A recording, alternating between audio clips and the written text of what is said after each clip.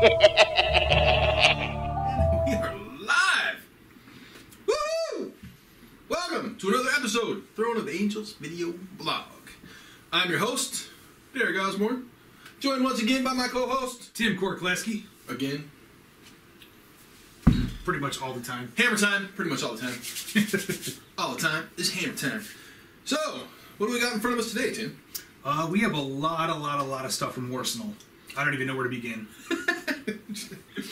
There's a lot. You can't see it right now, but you will. Yeah, if you notice, I'm looking at it. My eyes are down, not at the camera. They're down because this table is full of some pretty cool stuff. I'll be honest with you. Those of you who know me or who've been following the station channel for a while know that I am not a huge fan of the laser cut terrain. I'm warming up to it, thanks to the hard work from guys like Bill over at Warsenal and Austin over at Brush for Hire.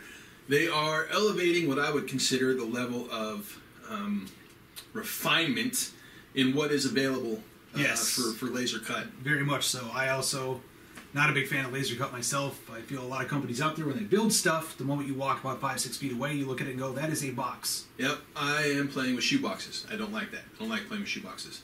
It's a big reason why I do a lot of resin stuff. It's a big reason why I'm a huge fan of Miniature Building Authority, what the guys over there do. However, I'm warming up to the Warsenal stuff, and after working with Austin for what we have coming in a future episode, warming up a little bit more to the whole laser cut thing. So, I have, I don't know, probably what, 25 pieces here in front of us? Yeah, we'll go with that. Probably about that. None of it is assembled. It's all still wrapped in plastic. But we're going to go over the basis of this because this is table number 1 for Project Modular Terrain. Now, as we just saw in a previous episode, we have the box frame and the basis. We're ready to rock and roll on getting that started. So this will be the one that gets assembled and painted first. And this basically is our abandoned military complex. So, pretty excited to take a look at this bad boy in depth. Definitely. There's a lot of parts. There's so much on this table. There's a lot of parts. All right, so let's take a look at some of this stuff in depth, and we'll give you our thoughts on what's coming. Well, as you can see, I have arrayed before us a mess. Very much so. Okay, so what we have basically is a large selection of the Comanche products. We've got the Comanche Pillbox here. That would be this one. We have one of the larger Octagon command centers here. This, one of my favorites. We have the Comanche Barracks. Yeah, this piece is awesome. Yeah, I totally dig this one. This honestly, I think, is what actually really sold me on the Warsenal product line. So that one I think is fantastic. The Octagon here, another decent piece. I will say they did a really good job of painting these two. They presented them really well. This is a pillbox. There's actually 2 pillboxes in here because this is the combo pack. Another one of my favorite pieces is this one up here, the command bunker. Now this isn't a Comanche piece. This is one of their, I don't want to call it a separate piece, but basically it's kind of a separate piece. As you can see, it's a very large central structure. It's got a roof that's removable. It also came with the command bunker base set. This is something that is not normally included, but it fits on the inside of the command bunker. Basically, it fits on the interior side of that. The reason that I requested that is because we have 4 of the stasis coffins. A couple of these have the broken acrylic front. These will fit inside the holes. And then we also have a comms array that will also fit in the middle, so we can do basically some scenario games, or we can just set it up as kind of a cool looking command bunker array. Yeah, the cool thing of it is with that too is it adds a little bit of smaller terrain into the middle to kind of provide cover, so you don't just run into a room and get shot. Exactly. Speaking of cover, nice segue, Tim. We have a stack of the Comanche Mantlets. These are basically cover, right? So these will go on the sides of the towers. Anything that is a structure, basically, these things will go up on top, effectively like that. Can you see that? There we go. Yeah, up on top, to provide basically a firing station. So extra cover. We have some walkways. We have a pair of short walkways to go between, say, the tower and the barracks.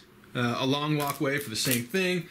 Down here underneath my phone, we have the stairway that will get us up the backside. Again, up front, we have a comm array. This is kind of cool. Just put that up in front of the camera. I'm not going to zoom, but basically, it does come with some pretty cool acrylic cuts. They are textured and designed, so it actually has a decent flavor to go along with what it is. We have another comm tower. I've got a small comm tower, and then a set of large comm towers. We've got construction pallets, garbage dumpsters, barricades, small and large shipping containers, and container walkways. Well, another shipping container there. So container walkway, basically, obviously, to go between containers when they're set up. We also have a custom set of doors that can be used either A, for the containers, which replace these, or they can go in that little small bunker door set, which goes to the command bunker. So, like I said, custom doors that go inside the small bunkers, which are actually, or the small bunker doors, excuse me, which go to the command bunker. Now, for those of you that know that these are Dark Age centric. We have obviously 3 different faction symbols here, and they were just run kind of as a test to see if I could get, well, some custom stuff done for the games that we play. Now, overall, as you can see, it is a very large project. I think this will easily cover a 4x4 table. Oh yeah, definitely. And give us, I think, an interesting play surface and quite a few things to interact with. Oh yeah, absolutely. This should, especially for a game like Dark Age, this will cover, more than the required 25% of the table. So we'll definitely have some options left over. Options. That is exactly what we were looking for in regards to setting this all up.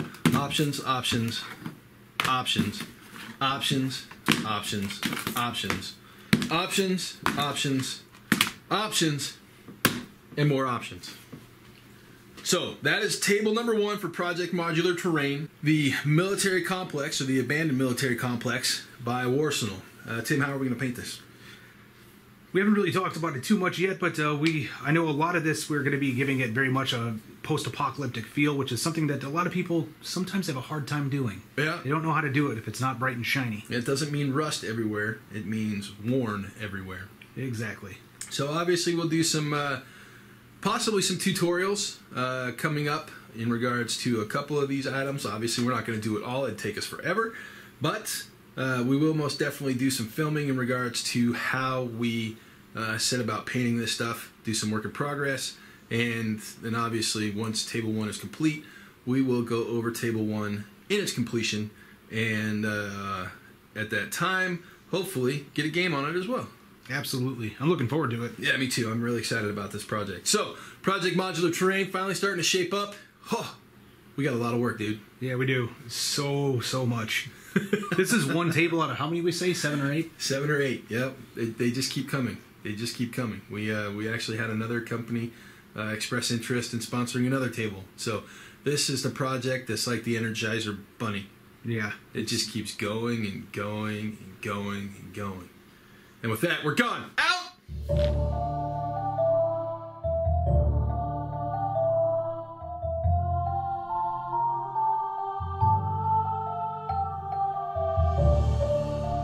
Ha ha ha ha ha!